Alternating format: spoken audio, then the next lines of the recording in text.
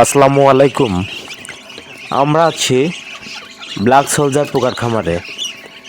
আপনারা অনেকেই দেখতে চান হাঁস, মুরগি, মাছ ও কোয়েল পাখির ক্ষেত্রে ব্ল্যাক সোলজার পোকা প্রাকৃতিকভাবে যে ব্যবহার করা যায়, কিভাবে ব্যবহার করি।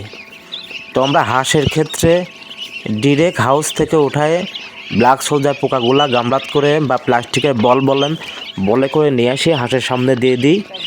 যার যতটুকু ইচ্ছা বা যার যতটুকু প্রয়োজন প্রচুর পরিমাণ খেয়ে ফেলে।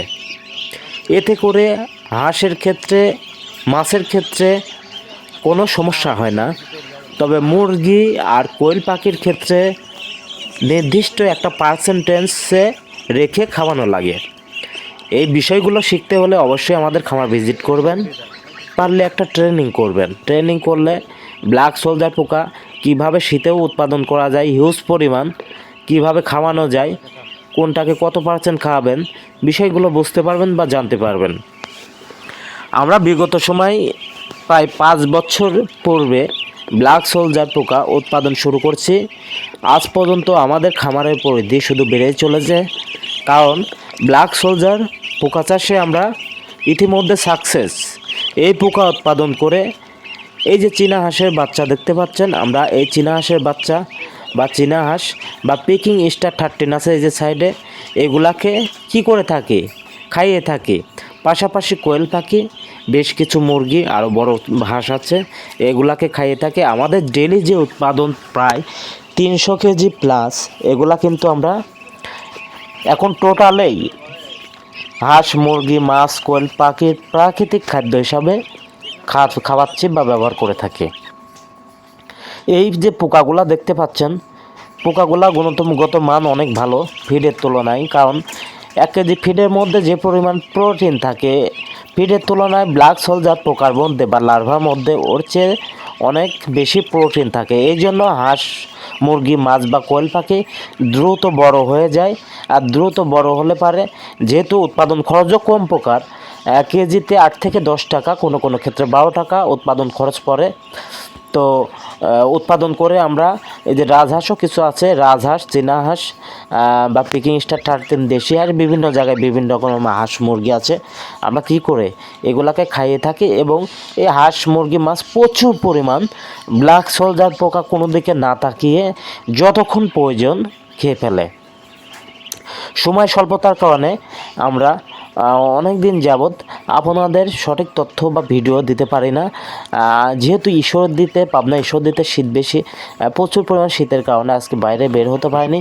তো মনে করলাম যে খামারে যেহেতু আছে, একটা ভিডিও শেয়ার করি আপনাদের মাঝে। হয়তো পুরো ভিডিওটা দেখলে আপনাদের কাজে লাগবে। আর যদি কারো কাজে লেগে থাকে আমার ভিডিওটা, অবশ্যই চ্যানেলটা কী করবেন, সাবস্ক্রাইব করবেন। তো অনেকে ভাবতে পারেন যে ভাই হাঁস, মুরগি, মাছের খাওয়ানো তো শিখলাম, তো ব্ল্যাক সোলজার পোকা উৎপাদন বা তৈরি করব কীভাবে, এটা ভাই অনেক ভিডিও দেওয়া আছে, আপনারা দেখে নেবেন। এই চ্যানেলে যা দেওয়া আছে টোটালি ব্ল্যাক সোলজার পোকা বিষয়ে ভিডিও দেওয়া আছে। আপনারা অবশ্যই দেখে শুনে তারপরে শিখে, আর যদি মনে করেন না তারপরেও বোঝে নাই, ইউটিউবে ভিডিও দেখে বুঝে শুনে যদি কোনো কিছু চেনা বা বোঝার বাদ থাকে, তাহলে আমাদের খামার ভিজিট করবেন, পারলে একটা ট্রেনিং করবেন।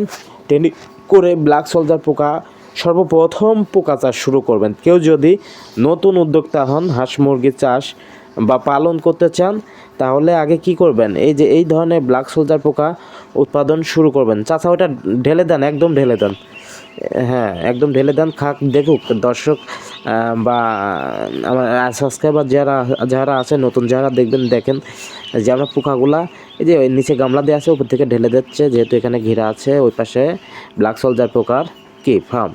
তো আপনারা দেখেন, এক একটা ভিডিও ফার্মের পরিধি এক এক রকম। আমার প্রত্যেকটা খামারে আমি যখন যেটাতে যাই তখন সেইটাতে ভিডিও করি। যে আমার চাচা, যে চাচাকে আপনারা অনেকেই চেনেন আর কি। তো এইগুলো হচ্ছে মেলের ছাই। এই ছাইগুলো আমরা যখন হাঁসের থাকার কারণে নোংরা হয়ে যায়, জায়গাটা ভিজে যায়, তখন এই ছাইগুলো মূলত আমরা কি করি, ব্যবহার করে থাকি। এক্ষেত্রে জায়গাটা শুকায় যায়।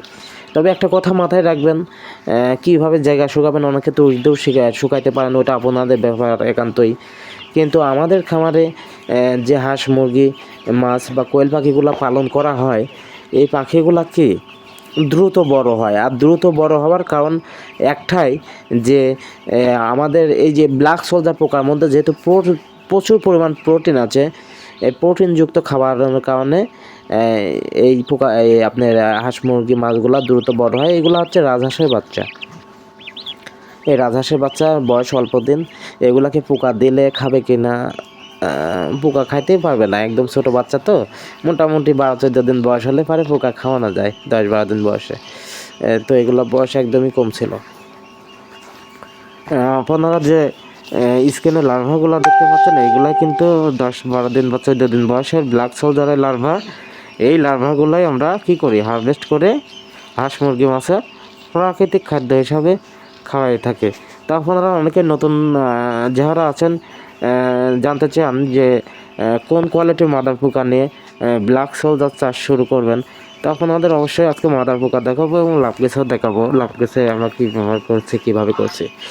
তো এই যে একটা হাউজের মধ্যে গরমের সময় যে 1 স্কোয়ার ফিট জায়গায় 1 কেজি পোকা উৎপাদন করা যায় 10 থেকে 12 দিনে, ওই একই জায়গায় শীতের সময় 1.5 কেজি করা যায়। মানে শীতের সময় বেশি পোকা উৎপাদন করা যায়। তো আপনারা যে মাদার পোকা বা পিউপা যেটা দিয়ে চাষ শুরু করে, ওটার কোয়ালিটি দেখতে চেয়েছিলেন, দেখেন তো কোয়ালিটিগুলো কেমন। যদি আপনাদের কাছে এই কোয়ালিটির ব্ল্যাক সোলজারের মাদার পোকা নিয়ে কোনো জায়গা থেকে নিয়ে পোকা চাষ শুরু করেন, তাহলে ইনশাল্লাহ মাছিগুলা কিন্তু আমি দেখাচ্ছি আপনাদের মাছিগুলা। তাহলে পোকার থেকে যে পোকা যেহেতু বড়, পোকার থেকে মাছি যে মাছিগুলা বের হবে, মাছিগুলাও অনেক বড় হবে।